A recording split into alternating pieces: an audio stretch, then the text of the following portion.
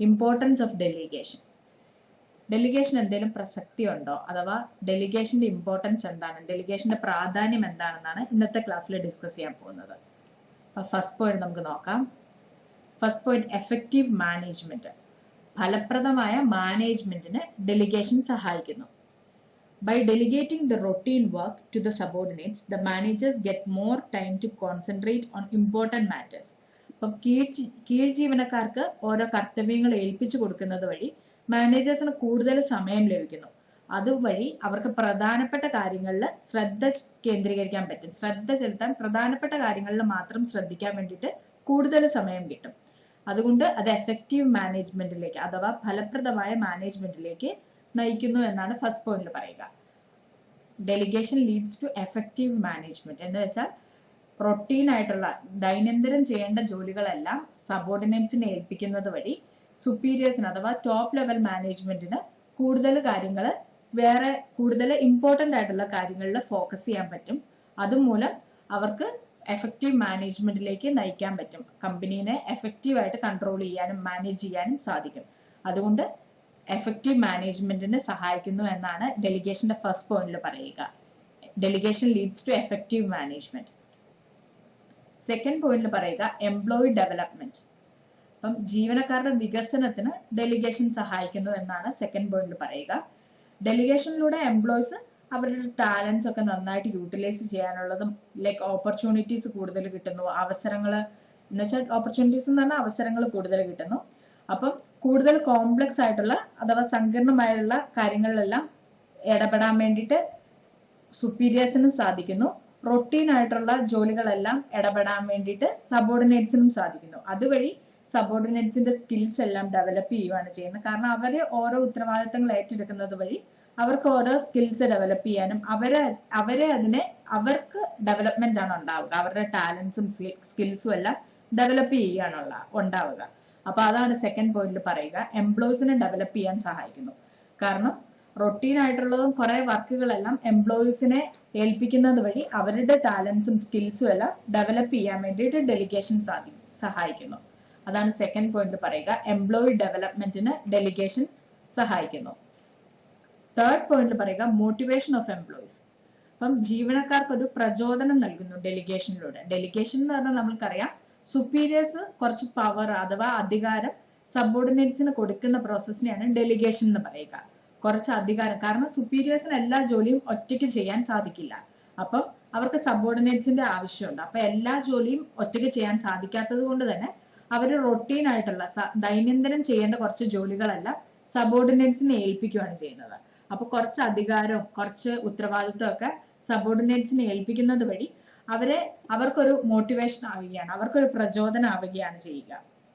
കാരണം സുപ്പീരിയേഴ്സ് സബോർഡിനേറ്റ്സിന് ചുമതല ഏൽപ്പിക്കുമ്പോൾ മേലുദ്യോഗസ്ഥന്റെ ഭാഗത്ത് നിന്ന് ചിന്തിക്കുമ്പോൾ ഒരു അവർക്ക് മേലുദ്യോഗസ്ഥന് അവരിലൊരു വിശ്വാസം വെച്ചേക്കുവാണ്. അതുകൊണ്ടാണ് അവരെ ഓരോ ജോലികൾ ഏൽപ്പിക്കുന്നത്. അതൊക്കെ ഓർക്കുമ്പോൾ തന്നെ എംപ്ലോയീസിന് ഒരു മോട്ടിവേഷൻ കിട്ടും. ഇപ്പൊ നമ്മളെ തന്നെ ഒരു ക്ലാസ് ലീഡർ ആക്കുകയാണെങ്കിൽ അത് ഒരു കുട്ടിയെ സംബന്ധിച്ച് അതൊരു മോട്ടിവേഷൻ ആയിരിക്കും. നമ്മുടെ ക്ലാസ്സിലുള്ള ഒരു കൊച്ചിനെ സംബന്ധിച്ച് അതൊരു മോട്ടിവേഷൻ ആയിരിക്കും. ഒരു റെക്കഗ്നീഷൻ ആണ്, നമ്മൾക്കൊരു അധികാരം തന്നു, നമ്മളെ ഒരു ക്ലാസ് ലീഡർ ആക്കി എന്ന് പറയുമ്പോൾ നമ്മൾക്ക് അതൊരു മോട്ടിവേഷൻ ആണ്. അപ്പൊ അതുപോലെ തന്നെ എംപ്ലോയീസിന് കുറച്ച് അധികാരമൊക്കെ കൊടുക്കുമ്പോൾ അവർക്ക് അതൊരു മോട്ടിവേഷൻ ആയി ആകുന്നു. അതാണ് തേർഡ് പോയിന്റ് പറയുക, മോട്ടിവേഷൻ ഓഫ് എംപ്ലോയീസ് ആയിരിക്കും. കാരണം അവർക്ക് കുറച്ച് പവർ ഒക്കെ കൊടുക്കുന്നത് വഴി അവർക്ക് സെൽഫായിട്ട് അവർ മോട്ടിവേറ്റഡ് ആകും ആൻഡ് അവരുടെ പെർഫോമൻസ് ഇംപ്രൂവ് ചെയ്യാൻ അവർ ശ്രമിക്കും. അതാണ് തേർഡ് പോയിന്റിൽ പറയുക, മോട്ടിവേഷൻ ഓഫ് എംപ്ലോയീസ്. ഫോർത്ത് പോയിന്റിൽ പറയുക ഫെസിലിറ്റേറ്റ്സ് ഗ്രോത്ത്. അപ്പം delegation enables workforce to ensure more responsibility and take up leading positions. Thus, it helps the growth and expansion of organization.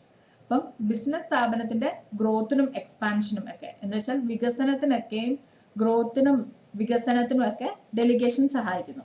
അപ്പം ഡെലിഗേഷനിലൂടെ കൂടുതലായിട്ടും എന്താ ചെയ്യുക, സബോർഡിനേറ്റ്സിന് കൂടുതൽ ഉത്തരവാദിത്തം കൊടുക്കുകയാണ് ചെയ്യുന്നത്.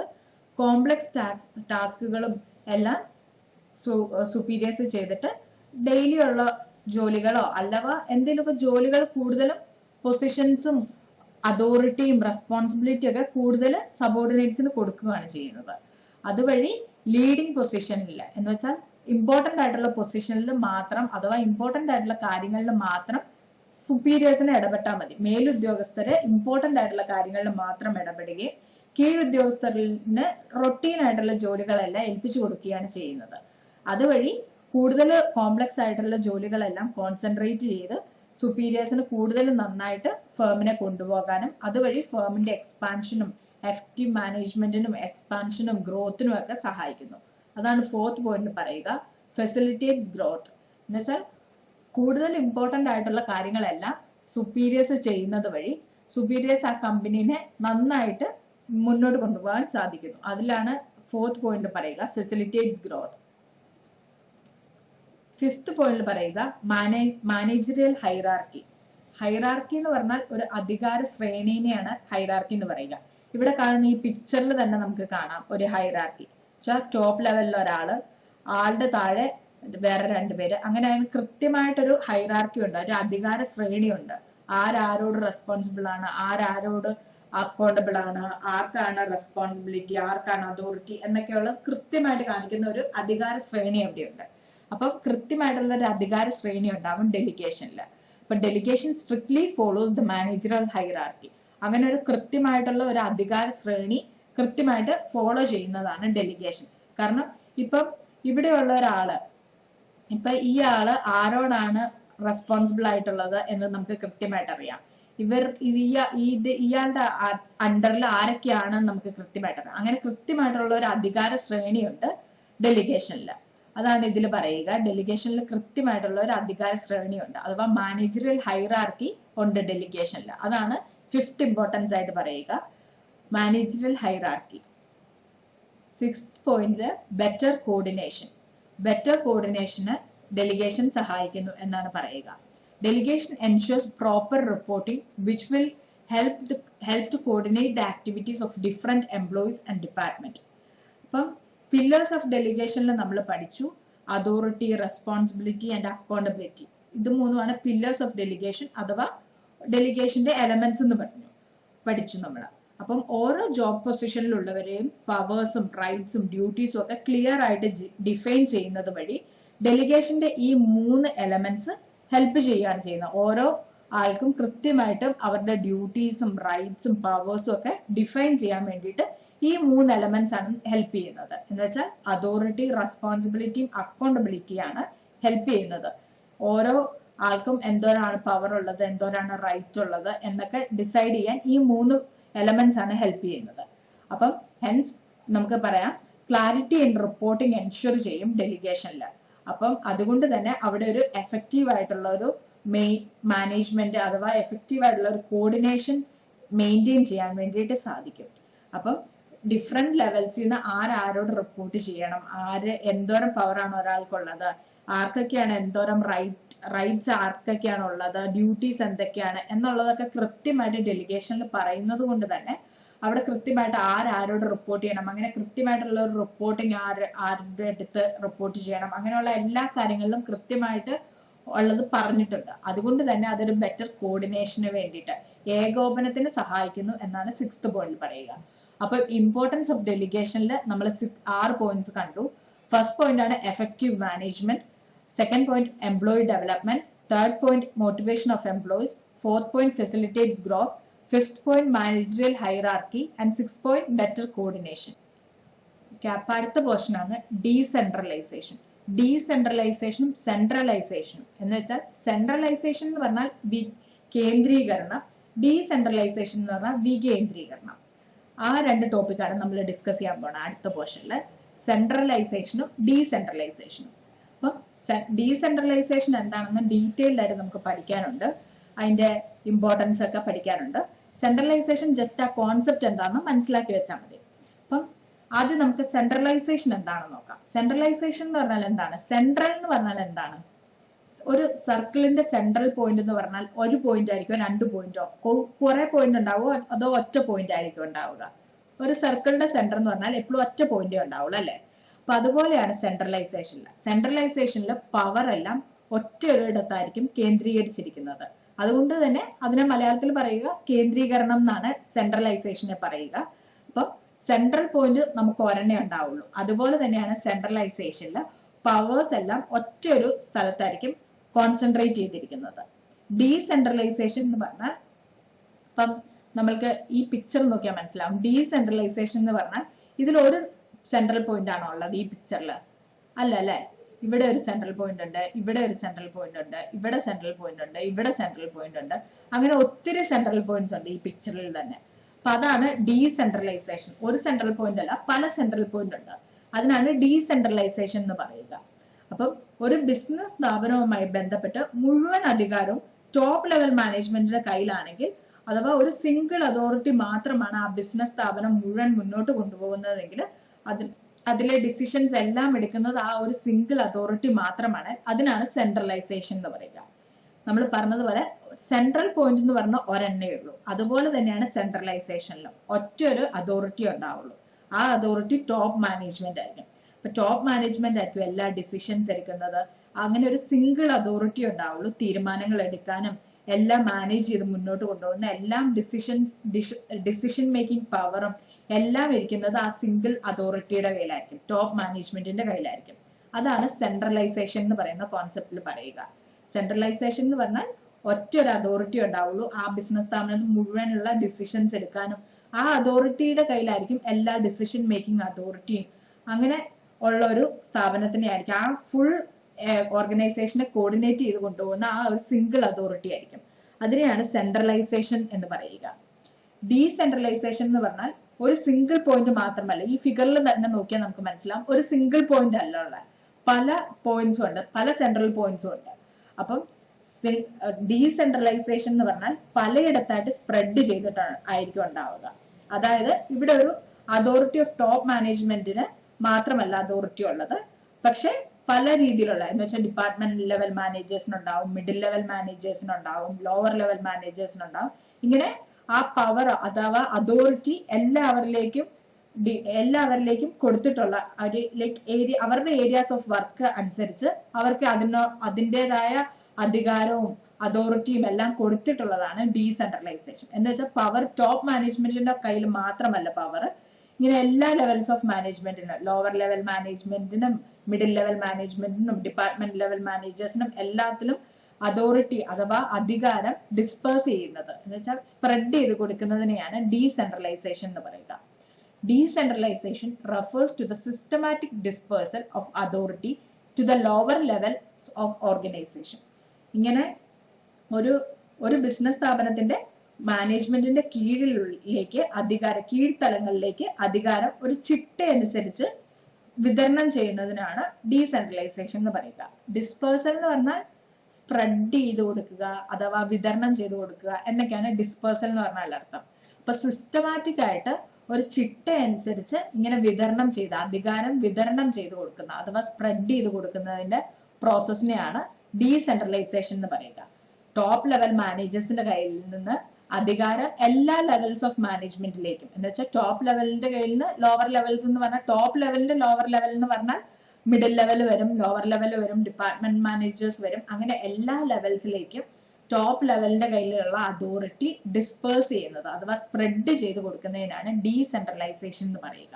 Systematic dispersal of authority to the lower levels of an organisation. അപ്പം ഒരു ബിസിനസ് സ്ഥാപനത്തിന്റെ ലോവർ ലെവൽസിലേക്ക് അധികാരം ചിട്ടയായിട്ട് വിതരണം ചെയ്തു കൊടുക്കുന്നതിനാണ് ഡീസെൻട്രലൈസേഷൻ എന്ന് പറയുക. അപ്പം ഒരു ചിട്ട അനുസരിച്ചായിരിക്കും അവിടെ വിതരണം ചെയ്തു കൊടുക്കുന്നത്. ലൈക്ക് സിസ്റ്റമാറ്റിക് ആയിട്ടായിരിക്കും അവിടെ ഡിസ്പേഴ്സ് ചെയ്യുന്നത് അതോറിറ്റി. അതാണ് ഡീസെൻട്രലൈസേഷനിൽ പറയുക. Decentralization refers to delegation of authority throughout all the levels of management in all the departments. അപ്പം ഡീസെൻട്രലൈസേഷന് എല്ലാ ലെവൽസ് ഓഫ് മാനേജ്മെന്റിലേക്കും എല്ലാ ഡിപ്പാർട്ട്മെന്റ്സിലേക്കും അധികാരം അഥവാ അതോറിറ്റി ഷെയർ ചെയ്ത് കൊടുക്കുകയാണ് ഡീസെൻട്രലൈസേഷനിൽ ചെയ്യുന്നത്. ഈ പിക്ചറിൽ അത് ക്ലിയർ ആയിട്ട് പറയുന്നുണ്ട്. ഇങ്ങനെ ഒരു സെൻട്രൽ പോയിന്റിൽ മാത്രമല്ല അതോറിറ്റി ഉള്ളത്, എല്ലാ പോയിന്റ്സും സെൻട്രൽ പോയിന്റ്സ് ആയിട്ടാണ് നിൽക്കുന്നത്. അപ്പൊ എല്ലായിടത്തും അധികാരമുണ്ട് അഥവാ അതോറിറ്റി ഉണ്ട്. അതാണ് ഡീസെൻട്രലൈസേഷനിൽ പറയുക. പല സെൻട്രൽ പോയിന്റ്സ് ഉണ്ട് ഡീസെൻട്രലൈസേഷനിൽ. അപ്പം വളരെ ഭയങ്കര സിഗ്നിഫിക്കന്റ് ആയിട്ടുള്ള ഡിസിഷൻസ് മാത്രമേ ടോപ്പ് ലെവൽ മാനേജ്മെന്റ് എടുക്കുള്ളൂ. അല്ലാതെ എല്ലാ ഡിസിഷൻസും ലോവർ ലെവൽ മാനേജേഴ്സും മിഡിൽ ലെവൽ മാനേജേഴ്സും ഒക്കെയാണ് എടുക്കുന്നത്. എന്ന് വെച്ചാൽ അവരുടെ ഏരിയയായിട്ട് ബന്ധപ്പെട്ട ഡിസിഷൻസ് എല്ലാം അവർ തന്നെയായിരിക്കും എടുക്കുന്നത്. ടോപ്പ് ലെവൽ മാനേജേഴ്സും മിഡിൽ ലെവൽ മാനേജേഴ്സിന്റെ ഏരിയ ആയിട്ട് ബന്ധപ്പെട്ട എല്ലാ ഡിസിഷൻസും അവർ തന്നെയായിരിക്കും എടുക്കുന്നത്. വളരെ പ്രധാനപ്പെട്ട കമ്പനിയുടെ ഡിസിഷൻസ് മാത്രമേ ടോപ്പ് ലെവൽ മാനേജ്മെന്റ് എടുക്കുകയുള്ളൂ. അതാണ് ഇതിൽ പറയുക, ഡീസെൻട്രലൈസേഷനിൽ പറയുക. നമുക്കൊരു ഡെഫിനിഷൻ നോക്കാം. ഡീസെൻട്രലൈസേഷന്റെയും സെൻട്രലൈസേഷന്റെയും ഡിഫറൻസ് കാണിക്കുന്നത് ഒരു ഡെഫിനിഷൻ നോക്കാം. സെൻട്രലൈസേഷൻ എന്താണെന്ന് നമ്മൾ കണ്ടിരുന്നു. സെൻട്രലൈസേഷൻ എന്ന് പറഞ്ഞാൽ എക്സാക്ട് ഓപ്പോസിറ്റ് ഓഫ് ഡീസെൻട്രലൈസേഷൻ ആണ്. സെൻട്രലൈസേഷനിൽ ടോപ്പ് ലെവൽ മാനേജ്മെന്റിന് മാത്രമേ ഒരു സെൻട്രൽ പോയിന്റ് ഉണ്ടാവും. അത് ടോപ്പ് ലെവൽ മാനേജ്മെന്റിന് മാത്രമേ അതോറിറ്റി ഉണ്ടാവുകയുള്ളൂ. പക്ഷെ ഡീസെൻട്രലൈസേഷനിൽ അതോറിറ്റി എല്ലായിടത്തേക്കും ഡിസ്പേഴ്സ് ചെയ്ത് കൊടുത്തേക്കുവാണ്, എല്ലായിടത്തേക്കും സ്പ്രെഡ് ചെയ്ത് കൊടുത്തേക്കുവാണ് ഡീസെൻട്രലൈസേഷനിൽ. ഒരു ഡെഫിനിഷൻ നോക്കാം. ഹെൻറി ഫയോൾ പറഞ്ഞേക്കുന്ന ഒരു ഡെഫിനിഷൻ ആണ്. Everything which goes to increase the importance of subordinates role is decentralization. Everything that goes to reduce it is centralization. ഒന്നുകൂടെ നോക്കാം. ഹെൻറി ഫയോൾ പറഞ്ഞിരിക്കുന്ന ഡെഫിനിഷൻ ആണ്. Everything which goes to increase the importance of subordinates role is decentralization. Everything that goes to reduce it is centralization. അപ്പം കീഴ് ജീവനക്കാരുടെ പങ്ക് വർദ്ധിപ്പിക്കുന്നത് എന്തും അതാണ് ഡീസെൻട്രലൈസേഷൻ. എന്ന് വെച്ചാൽ അവിടെ സബോർഡിനേറ്റ്സിന്റെ റോള് ഇൻക്രീസ് ചെയ്യുവാണ് ഡീസെൻട്രലൈസേഷനിൽ ചെയ്യുക. അവരുടെ പങ്ക് കുറയ്ക്കുന്നത് എന്തുവാണ് സെൻട്രലൈസേഷൻ. എന്ന് വെച്ചാൽ സബോർഡിനേറ്റ്സിലേക്ക് കൂടുതൽ സെൻട്രലൈസേഷൻ എന്ന് പറഞ്ഞാൽ ഒരു സെൻട്രൽ പോയിന്റേ ഉണ്ടാവുള്ളൂ. അപ്പം എല്ലാ അതോറിറ്റിയും അഥവാ അധികാരം എടുക്കാനുള്ള എല്ലാ അധികാരവും എല്ലാം ഒരു സെൻട്രൽ പോയിന്റ് അഥവാ ടോപ്പ് ലെവൽ മാനേജ്മെന്റിന് മാത്രമായിരിക്കും ഉണ്ടാവുക. അപ്പം സബോർഡിനേറ്റ്സിന്റെ റോള് ഭയങ്കര കുറവായിരിക്കും അവിടെ. അങ്ങനെയുള്ളതാണ് സെൻട്രലൈസേഷൻ. പക്ഷെ കീഴ് ജീവനക്കാരുടെ അഥവാ സബോർഡിനേറ്റ്സിന്റെ റോളിന് ഇമ്പോർട്ടൻസ് കൊടുക്കുന്നത് എന്താണോ അതാണ് ഡീസെൻട്രലൈസേഷൻ. അപ്പൊ decision making authority fully top level മാനേജ്മെന്റിന് അഥവാ ഹയർ മാനേജ്മെന്റിനാണെങ്കിൽ അതാണ് സെൻട്രലൈസേഷൻ. ആ ടോപ്പ് മാനേജ്മെന്റിന്റെ അതോറിറ്റി ഡെലിഗേറ്റ് ചെയ്ത് സബോർഡിനേറ്റ്സിലേക്ക് വന്നിട്ടുണ്ടെങ്കിൽ അതാണ് ഡീസെൻട്രലൈസേഷൻ. അപ്പം concentration of authority and decision making power top level മാനേജ്മെന്റിലാണെങ്കിൽ അതാണ് സെൻട്രലൈസേഷൻ. ഒറ്റ പോയിന്റ് ഉണ്ടാവുള്ളൂ, സെൻട്രൽ പോയിന്റ്. അതാണ് ടോപ്പ് ലെവലിൽ മാത്രമേ ഉണ്ടാവുള്ളൂ. അതേസമയം delegation of authority through out the organisation എന്ന് വെച്ചാൽ എല്ലായിടത്തേക്കും ഡെലിഗേറ്റ് ചെയ്ത് അതോറിറ്റി എല്ലായിടത്തേക്കും വീതിച്ചു കൊടുത്തേക്കുകയാണെങ്കിൽ അതാണ് decentralisation.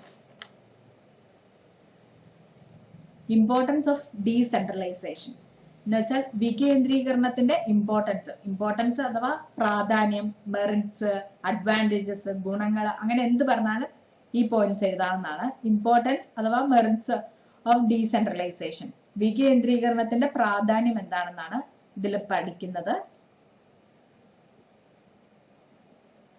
First point reduction of work load of top executives. അപ്പൊ നമ്മൾ ഇതിൽ തന്നെ കണ്ടു ഡീസെൻട്രലൈസേഷൻ എന്ന് പറഞ്ഞാൽ ഒറ്റ ഒരു സെൻട്രൽ പോയിന്റിന് അഥവാ ടോപ്പ് മാനേജ്മെന്റിന് മാത്രമല്ല എല്ലാ പവേഴ്സും ഉള്ളത്.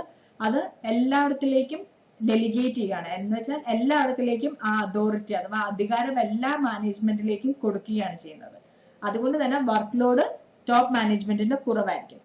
അപ്പൊ റൊട്ടീൻ ആയിട്ടുള്ള വർക്ക്സ് എല്ലാം ഒന്നിലും സുപ്പീരിയേഴ്സ് ഇടപെടേണ്ട കാര്യമില്ല. റൊട്ടീൻ ആയിട്ടുള്ള വർക്ക്സ് എല്ലാം ചെയ്യുന്നത് സബോർഡിനേറ്റ്സ് ആയിരിക്കും. സുപ്പീരിയർ ആകെ ഭയങ്കരമായിട്ട് ഇമ്പോർട്ടന്റ് ആയിട്ടുള്ള കോംപ്ലക്സ് ആയിട്ടുള്ള ഡിസിഷൻസും അതിലുള്ള കാര്യങ്ങളിലെല്ലാം മാത്രം അതോറിറ്റി ഉള്ളൂ ടോപ്പ് മാനേജ്മെന്റിന്. ബാക്കിയെല്ലാം മിഡിൽ ലെവൽ മാനേജേഴ്സും ലോവർ ലെവൽ മാനേജേഴ്സും ഒക്കെ ആയിരിക്കും ഹാൻഡിൽ ചെയ്യുന്നത്. അപ്പൊ ബിസിനസിന്റെ കോർ ഏരിയയിൽ മാത്രം കോൺസെൻട്രേറ്റ് ചെയ്താൽ മതി ടോപ്പ് എക്സിക്യൂട്ടീവ്സിന്.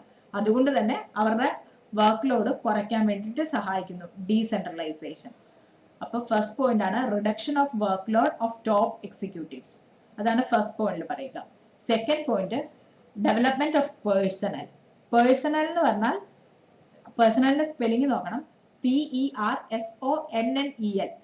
ഈ പേഴ്സണൽ എന്ന് പറഞ്ഞാൽ ഉദ്യോഗസ്ഥർ, എംപ്ലോയീസ് എന്നൊക്കെയാണ് അർത്ഥം.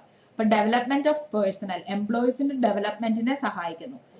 അവർക്ക് കുറെ അതോറിറ്റി അഥവാ അധികാരമെല്ലാം കുറച്ച് എംപ്ലോയീസിന് കൊടുക്കുമ്പോൾ അവർക്കത് അവരുടെ ഡെവലപ്മെന്റിന് അത് സഹായിക്കുന്നു എന്നാണ് സെക്കൻഡ് പോയിന്റിൽ പറയുക. ഡെവലപ്മെന്റ് ഓഫ് പേഴ്സണൽ എന്ന് വെച്ചാൽ എംപ്ലോയീസിന്റെ ഡെവലപ്മെന്റിലേക്ക് സഹായിക്കുന്നു ഡീസെൻട്രലൈസേഷൻ എന്നാണ് സെക്കൻഡ് പോയിന്റിൽ പറയുക. Third point subordinates will be motivated. കുറച്ച് അധികാരമൊക്കെ സബോർഡിനേറ്റ്സിന് കൊടുക്കുമ്പോൾ അവർ ഓട്ടോമാറ്റിക്കലി മോട്ടിവേറ്റഡ് ആവുകയാണ് ചെയ്യുന്നത്. കാരണം അവർക്ക് ഡിസിഷൻ, അവരുടെ ഏരിയാസിൽ അവർക്ക് ഡിസിഷൻ മേക്കിംഗ് പവറും അവർക്ക് തന്നെ കാര്യങ്ങൾ എല്ലാം ഹാൻഡിൽ ചെയ്യാൻ പറ്റും. അവർക്ക് തന്നെ കാര്യങ്ങളിലെല്ലാം ഡിസിഷൻസ് എടുത്ത് അതനുസരിച്ച് അവർക്ക് വർക്ക് ചെയ്യാൻ പറ്റും. അതുകൊണ്ട് തന്നെ സബോർഡിനേറ്റ്സിന് ഒരു മോട്ടിവേഷൻ ആണ് ഡീസെൻട്രലൈസേഷൻ ചെയ്യുന്നത്. അവർക്ക് ഡിസിഷൻ മേക്കിംഗിൽ അവർക്ക് ഒരു റോൾ ഉണ്ടാകും. അതുകൊണ്ട് തന്നെ അവർ മോട്ടിവേറ്റഡ് ആയിരിക്കും. ഇപ്പൊ തേർഡ് പോയിന്റിൽ പറയുക subordinates will be motivated. Fourth പോയിന്റിൽ പറയുക ക്വിക്ക് ഡിസിഷൻ മേക്കിംഗ്. അപ്പൊ അവരുടെ ഏരിയാസിൽ അവർക്ക് തന്നെ ഡിസിഷൻസ് എടുക്കാനുള്ള അധികാരം കിട്ടുന്നുണ്ട്. എന്ന് വെച്ചാൽ അതിന് പ്രത്യേകിച്ച് സുപ്പീരിയർസിന്റെയോ ടോപ്പ് ലെവൽ മാനേജേഴ്സിന്റെയോ ഒന്നും അപ്രൂവൽ വേണ്ട. അവരുടെ റൊട്ടീൻ ആയിട്ടുള്ള ഏരിയാസിലും അവരുടെ വർക്കിന്റെ ഏരിയാസിൽ അവർക്ക് തന്നെ ഡിസിഷൻസ് എടുക്കാം. അതുകൊണ്ട് തന്നെ ഡിസിഷൻസ് എല്ലാം ക്വിക്ക് ആയിരിക്കും. അവർ തന്നെ ഡിസിഷൻസ് എടുക്കും, അവർ തന്നെ ഇംപ്ലിമെന്റ് ചെയ്യും. അതുകൊണ്ട് ഡിസിഷൻസ് എല്ലാം ക്വിക്ക് ആയിരിക്കും. അല്ലാതെ ടോപ്പ് ലെവൽ മാനേജേഴ്സിന്റെ അപ്രൂവൽ കിട്ടി അത് അവർ സാങ്ഷൻ ചെയ്തിട്ട് മാത്രമേ ഒരു ഡിസിഷൻ എടുക്കാൻ പാടുള്ളൂ, ഒരു കാര്യം ചെയ്യാൻ പാടുള്ളൂ, അങ്ങനെയൊന്നുമില്ല. ഡീസെൻട്രലൈസേഷൻ എന്ന് പറഞ്ഞാൽ പവർ, അധികാരവും അതോറിറ്റിയും പവറും എല്ലാം താഴെ തട്ടിലേക്ക് അഥവാ സബോർഡിനേറ്റ്സിലേക്ക് കൊടുത്തിട്ടുണ്ട്. അതുകൊണ്ട് തന്നെ ലോവർ ലെവൽ മാനേജേഴ്സിന് വേണ്ട ഒരു ഡിസിഷൻ അവർക്ക് തന്നെ എടുക്കാൻ പറ്റും. അതുകൊണ്ട് ക്വിക്ക് ആയിട്ടുള്ള ഡിസിഷൻ മേക്കിംഗ് ഹെൽപ്പ് ചെയ്യുന്നു ഡീസെൻട്രലൈസേഷനിൽ. അതാണ് ഫോർത്ത് പോയിന്റിൽ പറയുക ക്വിക്ക് ഡിസിഷൻ മേക്കിംഗ്. ഫിഫ്ത് പോയിന്റിൽ പറയുക പ്രൊമോട്ട് ഇനീഷ്യേറ്റീവ് ആൻഡ് ക്രിയേറ്റിവിറ്റി. അപ്പം തീരുമാനങ്ങൾ എടുക്കാനുള്ള അധികാരം അവർക്ക് കൊടുക്കുന്നത് കൊണ്ട് തന്നെ അവർക്ക് പുതിയ ഇനീഷ്യേറ്റീവ്സ് എടുക്കാനുള്ള ഒരു കോൺഫിഡൻസും ഉണ്ടാവുന്നു. എന്ന് വെച്ചാൽ അവർ തന്നെയാണ് എന്തൊക്കെ ഡിസിഷൻസ് എടുക്കണം എന്ന് തീരുമാനിക്കുന്നത്. അതുകൊണ്ട് പുതിയ ഇനീഷ്യേറ്റീവ്സ് എടുക്കാനും അവർ റെഡി ആയിരിക്കും. കാരണം പ്രത്യേകിച്ച് അപ്രൂവൽ ഒന്നും വേണ്ട. അവർക്ക് ശരിയെന്ന് തോന്നുന്നത് അവർക്ക് പുതിയ ഇനീഷ്യേറ്റീവ്സ് എടുക്കാൻ പറ്റും. പുതിയതായിട്ടുള്ള കാര്യങ്ങളൊക്കെ ഇംപ്ലിമെന്റ് ചെയ്യാൻ പറ്റും. അതുവഴി അവരുടെ കോൺഫിഡൻസ് കൂടും. അവരെ ഇൻഡിപെൻഡന്റ് ആയിട്ട് വർക്ക് ചെയ്യാൻ തുടങ്ങും. കാരണം അവരെ ഡിപ്പെൻഡ് ചെയ്യേണ്ട ടോപ്പ് ലെവൽ മാനേജേഴ്സിനെ അവർക്ക് ഇൻഡിപെൻഡന്റ് ആയിട്ട് വർക്ക് ചെയ്യാൻ പറ്റും. അവരുടെ ക്രിയേറ്റിവിറ്റി കൂടും. കാരണം അവരുടെ ക്രിയേറ്റീവ് ആയിട്ട് അവർക്ക് എന്ത് ഐഡിയ തോന്നുന്നോ അതനുസരിച്ച് അവർക്ക് വർക്ക് ചെയ്യാൻ പറ്റും. അപ്പോൾ കൂടുതൽ rules and regulations top management കൂടുതൽ അതോറിറ്റി ഇട്ട് അധികാരം ഉപയോഗിച്ച് ഇങ്ങനെ ചെയ്യാൻ പാടുള്ളൂ, അങ്ങനെ കൃത്യം റൂൾസ് ആൻഡ് റെഗുലേഷൻസ് ഒന്നും ഉണ്ടാകത്തില്ല. അവർ ഫ്ലെക്സിബിൾ ആയിരിക്കും. അതുകൊണ്ട് തന്നെ കൂടുതൽ ഇനീഷ്യേറ്റീവും ക്രിയേറ്റിവിറ്റിയും ഒക്കെ പ്രൊമോട്ട് ചെയ്യും. അതാണ് ഫിഫ്ത് പോയിന്റിൽ പറയുക promote initiative and creativity. Sixth പോയിന്റിൽ പറയുക ബെറ്റർ കോർഡിനേഷൻ ഓഫ് ആക്ടിവിറ്റീസ്. അപ്പം ബെറ്റർ ആയിട്ട് ആക്ടിവിറ്റീസ് എല്ലാം കോർഡിനേറ്റ് ചെയ്യാൻ സഹായിക്കുന്നു. കാരണം എല്ലാവരെയും ഒന്നിച്ചു കൊണ്ടുപോകാൻ വേണ്ടിയിട്ട് ഓരോ ലെവലിലുള്ള മാനേജ്മെന്റും എല്ലാവരെയും ഒന്നിച്ചു കൊണ്ടുപോകാൻ നോക്കുന്നു. അതുപോലെ തന്നെ ജോലികളെല്ലാം ഓരോരുത്തർക്കും അസൈൻ ചെയ്തിട്ടുണ്ടാകും ജോലികൾ. ആ ജോലി എത്ര നന്നായിട്ട് ചെയ്യണമെന്ന് അവർക്ക് തന്നെ ഡിസിഷൻസ് എടുക്കാനും പറ്റും. അതുകൊണ്ട് എല്ലാ ജോലികളും എല്ലാ ആക്ടിവിറ്റീസും എല്ലാം ഒന്നിച്ചു കൊണ്ടുപോകാൻ വേണ്ടിയിട്ട് ഡീസെൻട്രലൈസേഷൻ സഹായിക്കുന്നു. അതാണ് സിക്സ്ത് പോയിന്റ് പറയുക better coordination of activities. Seventh പോയിന്റിൽ പറയുക ബെറ്റർ കൺട്രോൾ.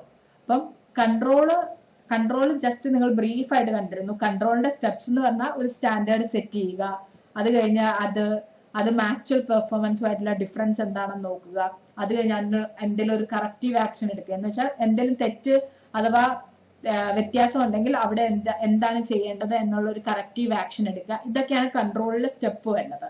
അതുപോലെ തന്നെ ഡീസെൻട്രലൈസേഷനിലും കൺട്രോളിങ് പോലെ തന്നെയാണ്. കാരണം അധികാരം എല്ലാവരിലേക്കും കൊടുത്തിട്ടുള്ളത് കൊണ്ട് തന്നെ ആരാണ് കൃത്യമായിട്ട് നന്നായിട്ട് കമ്പനിയുടെ ഗ്രോത്തിനെ സഹായിക്കാൻ വേണ്ടിയിട്ട് ആരാണ് കൃത്യമായിട്ട് ചെയ്യുന്നത്, അഥവാ ഏത് ലെവൽ ഓഫ് മാനേജ്മെന്റിലെ ഡിസിഷൻസ് ആണ് തെറ്റായി പോയത്, അപ്പൊ അത് കറക്റ്റ് ചെയ്യാൻ എന്താണ് ചെയ്യേണ്ടത്, അങ്ങനെ എല്ലാം കൃത്യമായിട്ട് കൺട്രോൾ ചെയ്യാൻ വേണ്ടിയിട്ട് സഹായിക്കും ഡീസെൻട്രലൈസേഷനിൽ. അതുകൊണ്ട് തന്നെ സെവൻത് പോയിന്റിൽ പറയുക ബെറ്റർ കൺട്രോൾ. അപ്പൊ ഇത് 7 പോയിന്റ്സ് ആണ് ഇമ്പോർട്ടൻസ് ഓഫ് ഡീസെൻട്രലൈസേഷനിൽ പറയുക. First point reduction of work load of top executives. Second point development of personnel അഥവാ employees. Third point subordinates will be motivated. Fourth point quick decision making. Fifth point promote initiative and creativity. Sixth point better coordination of activities. And seventh point better control. Okay, അത് clear ആണെങ്കിൽ നമ്മൾക്ക് difference between delegation and decentralisation എന്താണെന്ന് നോക്കാം. ഇതാണ് ഈ ചാപ്റ്ററിലെ last topic ആണ്, difference between delegation and decentralisation. Delegation എന്താണെന്ന് നമ്മൾ കഴിഞ്ഞ ക്ലാസ്സിൽ പഠിച്ചിരുന്നു. ഡീസെൻട്രലൈസേഷൻ എന്താണെന്ന് ഇന്നത്തെ ക്ലാസ്സിലും പഠിച്ചിരുന്നു. അപ്പൊ ഡിഫറൻസ് നമുക്ക് തന്നെ പറയാൻ പറ്റുന്നതേ ഉള്ളൂ. ഡെലിഗേഷൻ എന്ന് പറഞ്ഞാൽ അതൊരു കമ്പൽസറി ആക്ട് ആണ്. കാരണം എന്താണ്, ഡെലിഗേഷൻ ചെയ്യാതെ നമുക്ക് പറ്റത്തില്ല. ഡെലിഗേഷൻ എന്ന് പറഞ്ഞാൽ സബോർഡിനേറ്റ്സിലേക്ക് കുറച്ച് അതോറിറ്റിയും റെസ്പോൺസിബിലിറ്റി ഒക്കെ കൊടുക്കുന്ന പ്രോസസ്സിനെയാണ് ഡെലിഗേഷൻ എന്ന് പറയുക. ഡെലിഗേഷൻ കമ്പൽസറി ആണെന്ന് പറയാൻ കാരണം ഒരാൾക്ക് തന്നെ, ഒരു ടോപ്പ് ലെവൽ മാനേജ്മെന്റിന് തന്നെ ഒരിക്കലും ആ കമ്പനിയുടെ ഫുൾ കാര്യങ്ങൾ കൺട്രോൾ ചെയ്ത് അതോറിറ്റി അധികാരം ടോപ്പ് ലെവൽ മാനേജ്മെന്റിന് മാത്രം വെച്ചുകൊണ്ട് കമ്പനിയെ മുഴുവൻ മുന്നോട്ട് കൊണ്ടുപോകാൻ ഒരിക്കലും സാധിക്കത്തില്ല. ആരെങ്കിലും ഒക്കെ സബോർഡിനേറ്റ്സിനെ കുറച്ച് അധികാരവും കുറച്ച് ജോലികളും ഒക്കെ ഏൽപ്പിച്ചാല് കമ്പനിനെ മുന്നോട്ട് കൊണ്ടുപോകാൻ പറ്റുള്ളൂ. എല്ലാം ഒരേ ആള് തന്നെ മാനേജ് ചെയ്ത് മുന്നോട്ട് കൊണ്ടുപോകാൻ പറ്റത്തില്ല.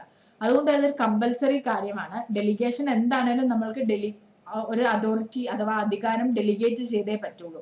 അതൊരു കമ്പൽസറി ആയിട്ടുള്ള ഒരു കാര്യമാണ് ഡെലിഗേഷൻ എന്ന് പറയുന്നത്. പക്ഷെ ഡീസെൻട്രലൈസേഷൻ ഓപ്ഷണൽ ആണെന്നാണ് പറയുന്നത്. ഡെലിഗേഷൻ മാത്രം മതി, ഡീസെൻട്രലൈസേഷൻ വേണമെന്നില്ല. കാരണം അധികാരം ഡെലിഗേറ്റ് ചെയ്യണം, അതോറിറ്റി എല്ലാ ലെവലിലേക്കും ഡെലിഗേറ്റ് ചെയ്യണം. പക്ഷെ ഡീസെൻട്രലൈസ് ചെയ്ത് എല്ലാവർക്കും അധികാരം, ലോവർ ലെവൽ മാനേജ്മെന്റിന് വരെ അധികാരം കൊടുക്കേണ്ട കാര്യമുണ്ടോ? അങ്ങനെ ഇല്ല, അതൊരു ഓപ്ഷണൽ കാര്യമാണെന്നാണ്. ഡെലിഗേഷൻ കമ്പൽസറിയും ഡീസെൻട്രലൈസേഷൻ ഓപ്ഷണലും ആണെന്നാണ് പറയുക ഫസ്റ്റ് പോയിന്റില്. സെക്കൻഡ് പോയിന്റിൽ പറയുക ഫ്രീഡം ഓഫ് ആക്ഷന്റെ ബേസിസിൽ മോർ കൺട്രോൾ ബൈ സുപ്പീരിയേഴ്സ് ആയിരിക്കും. ഡെലിഗേഷനിൽ കൂടുതൽ സുപ്പീരിയേഴ്സിന്റെ നിയന്ത്രണങ്ങൾ ഉണ്ടാവും. ഡെലിഗേഷനിൽ കൂടുതൽ സുപ്പീരിയേഴ്സിന്റെ നിയന്ത്രണങ്ങൾ ഉണ്ടാവും. And less freedom to take actions. ഓരോ ഡിസിഷൻസ് എടുക്കാനുള്ള ഫ്രീഡം കുറവായിരിക്കും ഡെലിഗേഷനിൽ, കമ്പാരിറ്റീവ്ലി കുറവായിരിക്കും ഡെലിഗേഷനിൽ. കൂടുതലും സുപ്പീരിയേഴ്സിന്റെ കുറച്ചുകൂടെ നിയന്ത്രണങ്ങൾ അഥവാ കൺട്രോൾ ഉണ്ടാവും ഡെലിഗേഷനിൽ. ഡീസെൻട്രലൈസേഷനിലാണെങ്കിൽ ലെസ് കൺട്രോൾ ഓവർ എക്സിക്യൂട്ടീവ്സ്. എംപ്ലോയീസിന്റെ ഇടയിൽ കുറവായിരിക്കും, കൺട്രോൾ കുറവായിരിക്കും, കമ്പാരിറ്റീവ്ലി കുറവായിരിക്കും. ആൻഡ് ഗ്രേറ്റർ ഫ്രീഡവും ഉണ്ടായിരിക്കും. കൂടുതൽ ഫ്രീഡം ഉള്ളത് ഡീസെൻട്രലൈസേഷനിലാണ്, കുറവ് കൺട്രോൾ ഉള്ളതും ഡീസെൻട്രലൈസേഷൻ. കുറവ് കൺട്രോളും കൂടുതൽ ഫ്രീഡവും കൊടുക്കുന്നതാണ് ഡീസെൻട്രലൈസേഷൻ. ഡെലിഗേഷനിൽ മോർ കൺട്രോൾ ആയിരിക്കും ഡെലിഗേഷനിൽ ഉണ്ടാവുക. Third point, it is a process followed to share task. It is the decentralization, it is the result of a policy decision of the top management. അപ്പോൾ delegation എന്ന് പറയുന്നത് ജോലി ഷെയർ ചെയ്യാൻ വേണ്ടിയിട്ടുള്ള ഒരു പ്രോസസ്സാണ്, അഥവാ ജോലി വീതിച്ചു കൊടുക്കാൻ വേണ്ടിയിട്ടുള്ള ഒരു പ്രോസസ്സാണ് ഡെലിഗേഷൻ എന്ന് പറയുക. അവിടെ ഓരോ ജോലികൾ വീതിച്ചു കൊടുക്കുകയാണ് ചെയ്യുന്നത് ഡെലിഗേഷനിൽ. ഡീസെൻട്രലൈസേഷൻ എന്ന് പറഞ്ഞാൽ ടോപ്പ് ലെവൽ മാനേജ്മെന്റിന്റെ ഒരു പോളിസി ഡിസിഷൻ ആണ്. കാരണം ഡീസെൻട്രലൈസേഷൻ ഒരിക്കലും കമ്പൽസറി ആയിട്ടുള്ള കാര്യമല്ല, അത് ആ കമ്പനിയാണ് ഡിസൈഡ് ചെയ്യേണ്ടത്. അത് ചെയ്യണോ വേണ്ടയോ, ഡീസെൻട്രലൈസ് ചെയ്യണോ വേണ്ടയോ, അതോ സെൻട്രലൈസ് ചെയ്താൽ മാത്രം മതിയോ എന്ന് വെച്ചാൽ കമ്പനി തന്നെ ഡിസിഷൻസ് എല്ലാം എടുത്താൽ മതിയോ, അഥവാ ഡീസെൻട്രലൈസ് ചെയ്യണോ എന്നുള്ളത് കമ്പനിയുടെ ഡിസിഷൻ ആണ്. അപ്പം അത് അവരുടെ ടോപ്പ് മാനേജ്മെന്റിന്റെ ഒരു പോളിസി ഡിസിഷൻ ആണ് ഡീസെൻട്രലൈസേഷൻ എന്ന് പറയുന്നത്. ഡെലിഗേഷൻ എന്ന് പറയുന്നത് വർക്ക് ഷെയർ ചെയ്യാൻ വേണ്ടിയിട്ടുള്ള ഒരു പ്രോസസ്സിനെയാണ് ഡെലിഗേഷൻ എന്ന് പറയുക. അപ്പം it is a process followed to share task ആണ് delegation. It is the result of a policy decision of the top level management ആണ് decentralization. ഫോർത്ത് പോയിന്റിൽ പറയുക സ്കോപ്പിനെ കുറിച്ച് പറയുക. ഡെലിഗേഷന് നാരോ സ്കോപ്പ് ആണ് ആൻഡ് ഡീസെൻട്രലൈസേഷന് വൈഡ് സ്കോപ്പ് ആണ്. ഡെലിഗേഷന് സ്കോപ്പ് ഭയങ്കര ലിമിറ്റഡ് ആണ്, അഥവാ കുറവാണ് ഡെലിഗേഷന്റെ സ്കോപ്പ്. അഥവാ ഡീസെൻട്രലൈസേഷന് വൈഡർ സ്കോപ്പ് ആണ്, എന്ന് വെച്ചാൽ കൂടുതൽ സ്കോപ്പ് കൂടുതലുള്ളത് ഡീസെൻട്രലൈസേഷൻ ആണ്. ഫിഫ്ത് പോയിന്റിൽ പറയുക lessen the burden of managers ആണ് ഡെലിഗേഷൻ. ഡീസെൻട്രലൈസേഷൻ എന്ന് പറഞ്ഞാൽ increase the role of subordinates. കൂടുതൽ ഇമ്പോർട്ടൻസ് കൊടുക്കുന്നത് മാനേജേഴ്സിന്റെ ജോലി ഭാരം കുറയ്ക്കാനായിരിക്കും ഡെലിഗേഷൻ ചെയ്യുക. എന്ന് വെച്ചാൽ മാനേജേഴ്സിന് ഒറ്റയ്ക്ക് എല്ലാ ജോലികളും ചെയ്യാൻ സാധിക്കില്ല. അതുകൊണ്ട് തന്നെ ലോവർ ലെവൽ മാനേജേഴ്സിലേക്ക് കുറച്ച്, അഥവാ ലോവർ ലെവൽ സബോർഡിനേറ്റ്സിലേക്ക് കുറച്ച് ജോലികൾ ഏൽപ്പിച്ചു കൊടുക്കുകയാണ്. അതുവഴി മാനേജേഴ്സിന്റെ ബർഡൻ കുറയ്ക്കാനാണ് ഡെലിഗേഷൻ സഹായിക്കുന്നത്. എന്ന് വെച്ചാൽ ജോലി ഭാരം കുറയ്ക്കാനാണ് ഡെലിഗേഷൻ സഹായിക്കുന്നത്. ഡീസെൻട്രലൈസേഷനിൽ increase the role of subordinates. സബോർഡിനേറ്റ്സിന് കൂടുതൽ റോള് കൊടുക്കുക, കമ്പനിയിൽ കൂടുതൽ അധികാരം കൊടുക്കുക, കൂടുതൽ റോള് കൊടുക്കുക, അതാണ് ഡീസെൻട്രലൈസേഷനിൽ പറയുന്നത്. സിക്സ്ത് പോയിന്റിൽ പറയുക ഡെലിഗേഷനിൽ സുപ്പീരിയർ സബോർഡിനേറ്റ് റിലേഷൻഷിപ്പ് ആയിരിക്കും ഉണ്ടാവുക. കൂടുതലും ഒരു സുപ്പീരിയർ സബോർഡിനേറ്റ് അതായിരിക്കും കൂടുതലായിട്ട്. എന്ന് വെച്ചാൽ ഒരു കീഴുദ്യോഗസ്ഥൻ മേലുദ്യോഗസ്ഥൻ ആ ഒരു റിലേഷൻഷിപ്പ് ആയിരിക്കും ഉണ്ടാവുക. കാരണം സുപ്പീരിയേഴ്സിന്റെ ജോലിഭാരം കൂടാതിരിക്കാൻ വേണ്ടിയിട്ട് സുപ്പീരിയേഴ്സിന്റെ കുറച്ച് ജോലിയുടെ ഭാഗം സബോർഡിനേറ്റ്സിന് കൊടുക്കുന്നതാണ് ഡെലിഗേഷനിൽ പറയുക. കാരണം അവർക്ക് ഒറ്റയ്ക്ക് എല്ലാം മാനേജ് ചെയ്ത് കൊണ്ടുപോകാൻ പറ്റത്തില്ലാത്തതുകൊണ്ട് പക്ഷെ ഡീസെൻട്രലൈസേഷനിൽ it is a step towards creation of semi autonomous units. അപ്പം ഒരു പാർട്ട്ലി ഒരു സ്വയംഭരണം കൊണ്ടുവരാനായിരിക്കും ഡീസെൻട്രലൈസേഷൻ നോക്കി. എന്ന് വെച്ചാൽ എല്ലാം ടോപ്പ് ലെവൽ മാനേജേഴ്സ് മാത്രം തീരുമാനിക്കാതെ താഴെ തട്ടിലേക്ക് ഉള്ളവർക്ക് കുറച്ചുകൂടെ അധികാരം കൊടുത്ത് അങ്ങനെയുള്ള ഒരു രീതിയിലായിരിക്കും ഡീസെൻട്രലൈസേഷൻ കോൺസെൻട്രേറ്റ് ചെയ്യുന്നത്. എന്ന് വെച്ചാൽ സബോർഡിനേറ്റ്സിന് കൂടുതൽ റോള് കൊടുക്കുന്നതിലാണ് ഡീസെൻട്രലൈസേഷൻ കോൺസെൻട്രേറ്റ് ചെയ്യുന്നത്. ദാൻ ലൈക്ക് ഒരു സുപ്പീരിയർ സബോർഡിനേറ്റ് റിലേഷൻഷിപ്പ് എന്നതിലുപരി ഒരു സബോർഡിനേറ്റ്സിനും എല്ലാം ഒരു ഇമ്പോർട്ടൻസ് കൊടുക്കുന്നതിനായിരിക്കും കൂടുതലായിട്ടും ഡീസെൻട്രലൈസേഷൻ അതിനു വേണ്ടിയിട്ടായിരിക്കും ഡീസെൻട്രലൈസേഷൻ ഉള്ളത്. ഇതാണ് main difference between delegation and decentralisation. അപ്പം നമ്മൾ 6 ബേസിസിൽ ഡിഫറൻസസ് കണ്ടു ഡെലിഗേഷൻ ഡീസെൻട്രലൈസേഷനും തമ്മിലുള്ളത്. ഡെലിഗേഷൻ എന്ന് പറഞ്ഞാൽ അതൊരു കമ്പൽസറി ആക്ട് ആണ്. അതിൽ കൂടുതൽ കൺട്രോൾ ഉണ്ടാവും, സുപ്പീരിയേഴ്സിന്റെ കൺട്രോൾ കൂടുതൽ ഉണ്ടാവും. അതിന് നാരോ സ്കോപ്പ് ആയിരിക്കും. അത് ചെയ്യുന്നത് ജോലിഭാരം കുറയ്ക്കാൻ വേണ്ടിയിട്ടായിരിക്കും, മാനേജേഴ്സിന്റെ ബേർഡൻ കുറയ്ക്കാൻ വേണ്ടിയിട്ടായിരിക്കും. അവിടെ ജോലി വീതിച്ചു കൊടുക്കുമായിരിക്കും ചെയ്യുന്നത് സബോർഡിനേറ്റ്സിലേക്ക്. ആൻഡ് അവിടെ ഒരു സുപ്പീരിയർ സബോർഡിനേറ്റ് റിലേഷൻഷിപ്പ് ആയിരിക്കും എക്സിസ്റ്റ് ചെയ്യുക. ഡീസെൻട്രലൈസേഷനിൽ അതൊരു ഓപ്ഷണൽ ആക്ട് ആണ്. എന്ന് വെച്ചാൽ ഡീസെൻട്രലൈസേഷൻ ചെയ്യണമെന്ന് ഒരു നിർബന്ധവുമില്ല, അതൊരു ഓപ്ഷനാണ്. മാനേജ്മെന്റിന്റെ ഓപ്ഷൻ പ്രകാരമാണ് ഡീസെൻട്രലൈസേഷൻ ചെയ്യുന്നത്. അതൊരു ഓപ്ഷണൽ ആക്ട് ആണ്. അവിടെ ലെസ് കൺട്രോൾ ഓവർ എക്സിക്യൂട്ടീവ്സ് ആയിരിക്കും, കൂടുതൽ ഫ്രീഡം ഉണ്ടായിരിക്കും, കൺട്രോൾ കുറവായിരിക്കും. ആൻഡ് അത് മാനേജ്മെന്റിന്റെ പോളിസി ഡിസിഷന്റെ ഒരു പാർട്ടായിരിക്കും, അതിന്റെ ഒരു റിസൾട്ട് ആയിരിക്കും ഡീസെൻട്രലൈസേഷൻ എന്ന് പറയുക. അതിന്റെ കൂടുതൽ സ്കോപ്പ് ഉണ്ടായിരിക്കും. ആൻഡ് ഇവിടെ റോൾ ഓഫ് സബോർഡിനേറ്റ്സ് കൂടുതലായിരിക്കും.